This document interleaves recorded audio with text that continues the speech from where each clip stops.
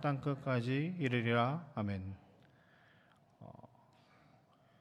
저희가 우리 새벽기도마다 우리 함께 내비 따라 성경 읽기 말씀 본문을 선택하여서 제가 함께 말씀을 나누고 있는데요. 오늘은 스가랴 9장부터 마지막 14장까지의 내용 가운데 한 문장, 귀한 스가랴 9장 9절에 10절 말씀을 통해서 하나님의 은혜를 나누고자 합니다.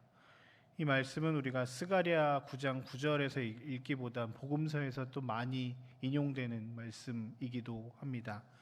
예수께서 성전 입성, 예루살렘 성을 입성하실 때에 나귀 타고 올라가셨던 그 장면이 바로 오늘 스가랴 9장 9절 10절을 이렇게 성취하시는 장면이라고 마태, 마가, 누가, 요한에서 함께 그것을 고백하고 있는 아주 귀한 본문입니다. 특별히 스가랴 9장의 이 말씀은 이스라엘 사람들에게 회복과 다시 이스라엘이 회복되고 하나님의 은혜 가운데 살 것이다라고 하는 것을 예언하는 아주 귀한 본문입니다. 이스라엘이 이 스가랴가 어저께도 우리가 함께 나누었지만 바벨론에 의해서 아예 망하고 70년 동안 포로로 갔다가 다시 이렇게 돌아와서 스룹바벨과 사람들이 처음에 이렇게 모여서 있던 그 상황 가운데 있습니다. 성전을 지으려고 했다가 성전을 지으려고 하는 것들을 방해하는 사람들 때문에 성전도 좀 잘 덜 지어져 있는 상황이고, 지금 왕이라고 할 것도 없고 어떤 성이라고 할 것도 없고 그냥 자기네 그냥 땅에 이렇게 살고 있는, 아무것도 자신들을 보호하고 도와줘야 할 사람들도 없는, 그냥 돌아오긴 했지만 더 참혹한 상황 가운데 있는 그들을 향해 스가랴를 통해서 하나님의 메시지가 선포됩니다. 특별히 오늘 말씀은 메시아가 그들을 구원할 것이다, 이스라엘의 새로운 왕이 올 것이다 라고 하는 예언의 말씀입니다. 이스라엘 사람들이 이 예언의 말씀을 들었을 때의 기쁨은 말도 엄청났을 겁니다.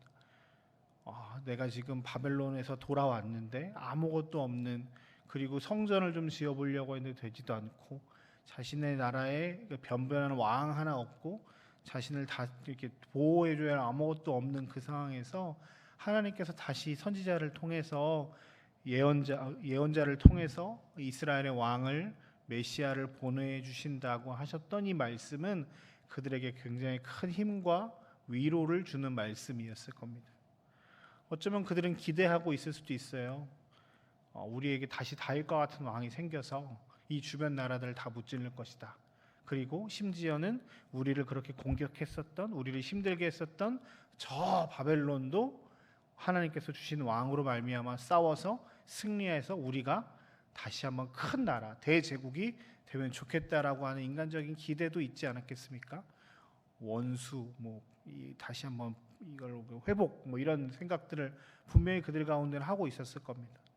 그런데 오늘 스가랴를 통해서 선포되는 왕의 특징이 두 가지가 있습니다. 첫 번째는 겸손이죠. 겸손이라고 표현하는 나귀를 타고 오는 것입니다.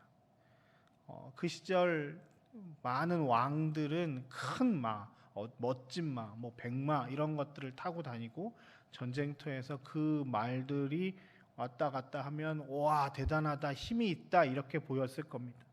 그리고 이 시절은 아마 바벨론과 헬라 제국의 알렉산더 그런 왕들이 이렇게 막 올라오고 있는 상황들이어서 대제국의 왕은 엄청 멋지고 큰 말들을 타고 움직이는 권력의 상징이기도 했을 겁니다.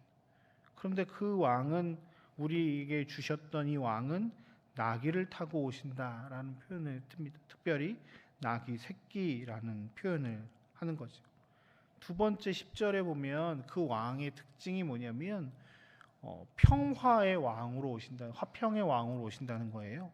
10절에 보면 내가 에브라임과 예루살렘의 병거와 말을 끊겠다.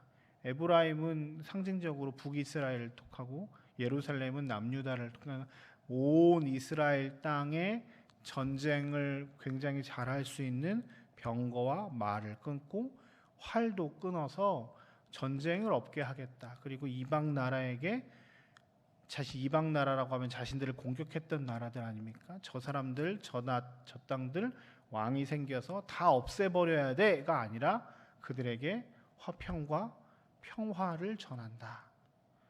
이 왕은 조금 특이하지요. 나귀를 타고 전쟁을 없애서 그럼 우리나라가 망하는 거 아니야? 라고 하는데도 또 뒤에 보면 그의 통치는 바다에서 바다까지 이를 것이고 저 유브라데스 땅끝까지 이스라엘의 땅이 회복되어질 것이다 라고 하는 말씀을 하고 있습니다.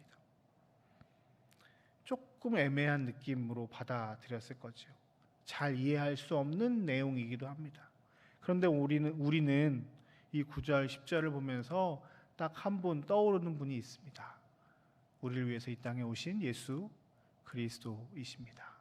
그분이 이 땅에 세상의 왕처럼 권력을 가지고 오신 것이 아니라 하늘 영광 다 버리시고 겸손함으로 이 땅 가운데 우리에게 오셨습니다. 우리에게 전쟁을 힘을 이야기하신 것이 아니라 당신의 평강 화평을 우리에게 주시며 우리가 하나님의 나라를 누릴 수 있도록 허락하셨습니다. 세상의 힘과 능력이 아니라 하나님 나라의 놀라운 은혜와 평강을 우리에게 주심으로 우리가 하나님 나라 백성으로서 살아갈 수 있는 은혜와 놀라운 능력을 허락하셨습니다.